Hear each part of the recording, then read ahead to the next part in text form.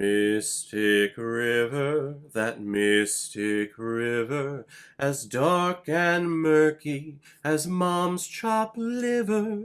Mystic river, it just keeps rolling along.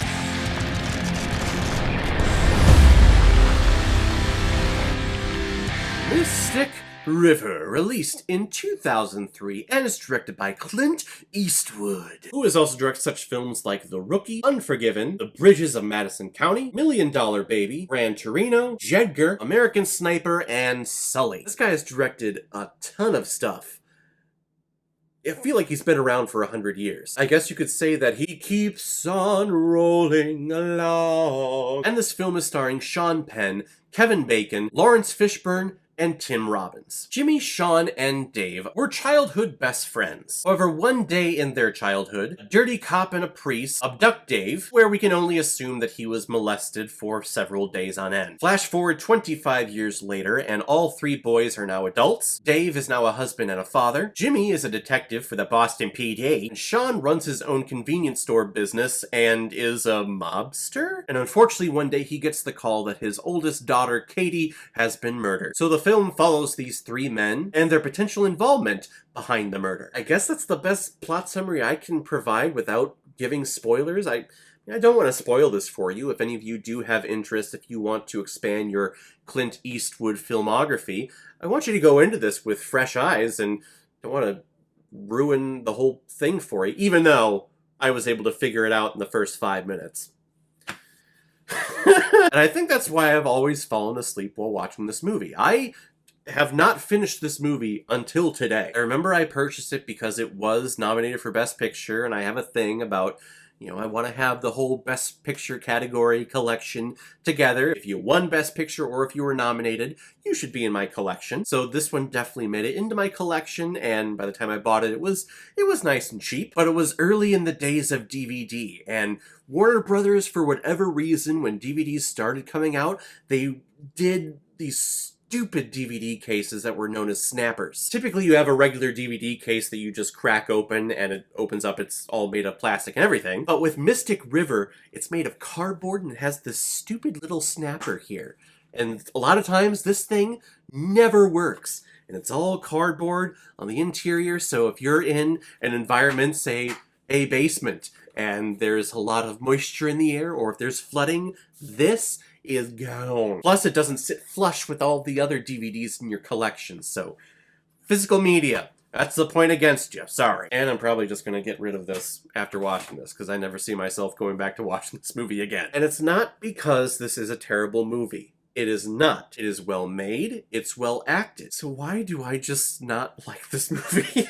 We get really good performances from Sean Penn, Kevin Bacon, and Tim Robbins. Actually, Tim Robbins and Sean Penn won the supporting and best actor category that year. Should they have won it though? If there is a reason why Sean Penn won Best Actor that year, it is the scene where he finds out that his daughter was murdered. The belting, the crying, the yelling, it's all real, and you only get that by getting your mind and pulling from your own personal experiences. That's the only way that you get there, and that's true acting, just being completely vulnerable and giving yourself over to that role with those emotions in that one particular time. That's acting for you. Tim Robbins is just weird in the entire movie. But I guess being weird is something that stereotypically gets you at least a nomination for Best Supporting Actor, if not the win. These are my tips for anyone out there that wants to get that Best Supporting Actor or Actress trophy at the Oscars. Just be weird, and you'll get it. The movie, though, is just way too over the top and melodramatic. This is a murder case, and unfortunately, and I'm really shocked to say this, but it doesn't surprise me. It's not something that I haven't seen before, especially with the amount of Law & Order and Law & Order SVU and CSI that I've watched. It's like, okay, someone was murdered. Cool, we're searching for their murderer. All right, I know where this story's gonna go. And hell, I knew who the murderer was even before the murder happened. There's just a little glimpse of someone in a place. I don't want to spoil it, but you see them and you go, yep, you're going to be the killer.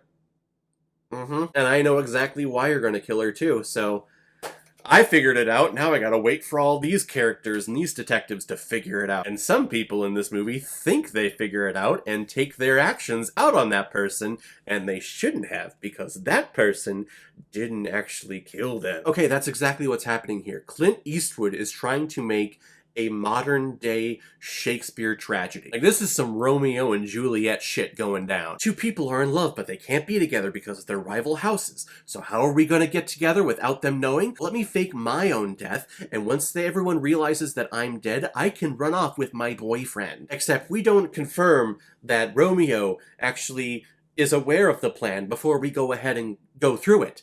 No, we execute it, and then we hope that the monk on the donkey gets to Romeo in time. Spoiler alert, he doesn't, and Romeo thinks she's actually dead. That is basically what happens here. We see Sean think that he knows who killed his daughter, and I guess is a gang leader? I don't know, that's never really explained. He did prison time, but I know doing prison time and getting out doesn't automatically mean that, hey, I have a gang now. But he has a gang and they go pick up the guy who they think killed her, and they beat it out of him until this person says, okay, yeah, stop beating me, I did kill her, and then he kills him. So we got that going on, and then we have Kevin Bacon and Lawrence Fishburne actually going through and figuring out who did the actual murder.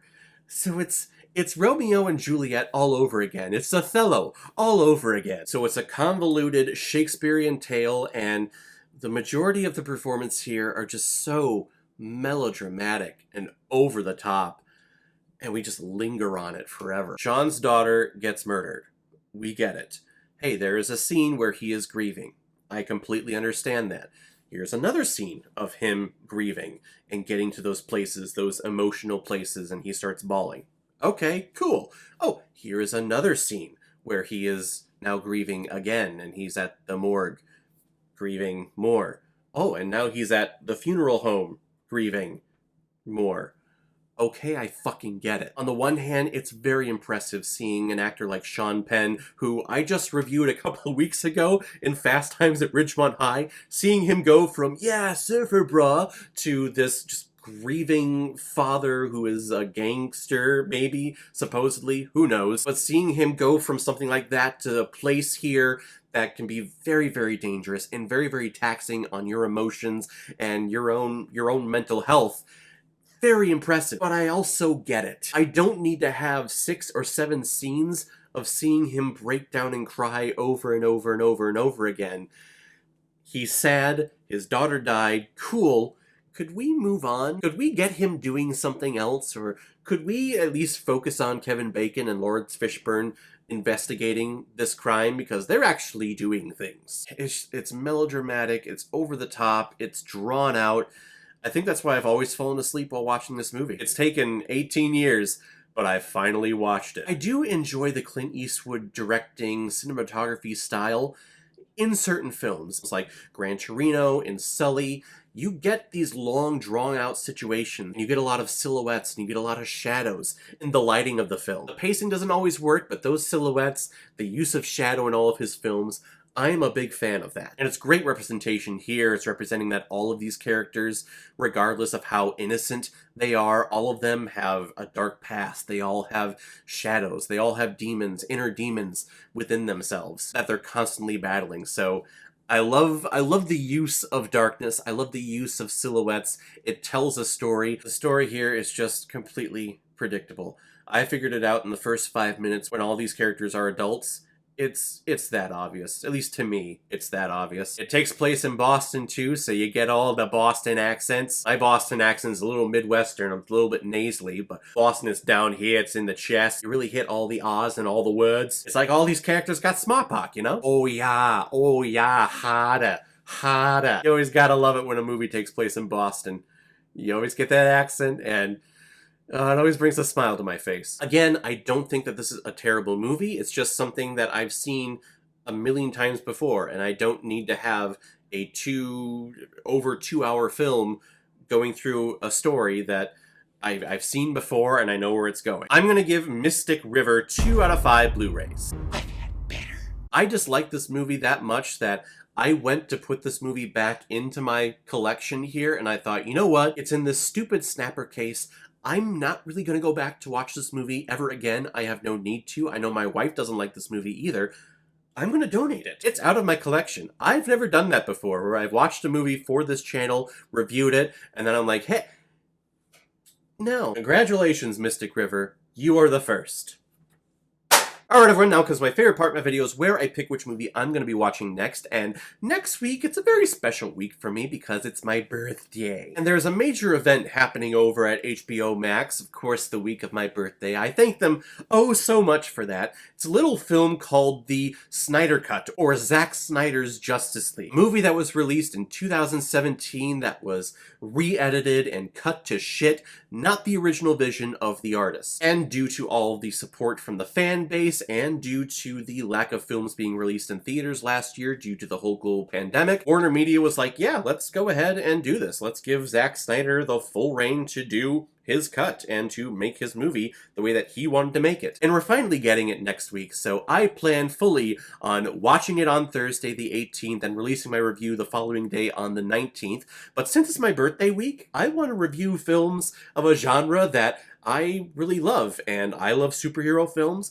In particular, I love DC comic films. So the first movie I'm going to review next week is a little film called Aquaman, a movie that made over $1 billion and I keep going back to. I think it's a great time. I just know that there are a bunch of DC haters out there that go, oh, this is another bullshit DC movie, it sucks, bleh. So I think you'll get a kick out of my review, and all next week it's just going to be DC reviews. I haven't figured out which movie I'm going to review after Aquaman before the Zack Snyder Justice League, so we'll figure that out as it comes up. If any of you have recommendations of films that you want me to review on here, you can leave your recommendation below this video, or go to my Facebook page, my Instagram, or my Twitter, leave your recommendation there, and if I have access to it, I will watch, review it, and give you a shout on the channel. And if you want me to do your recommendation as quickly as I possibly can and bypass the whole random generator that I have here, you can make a PayPal donation on the main page of my YouTube channel. Any size donation will do, just attach your movie with the donation, and if I have access to it, I will watch it and publish my review of it as quickly as I possibly can. So guys, if you've seen Mystic River, what did you think about it? Or if you've never seen it before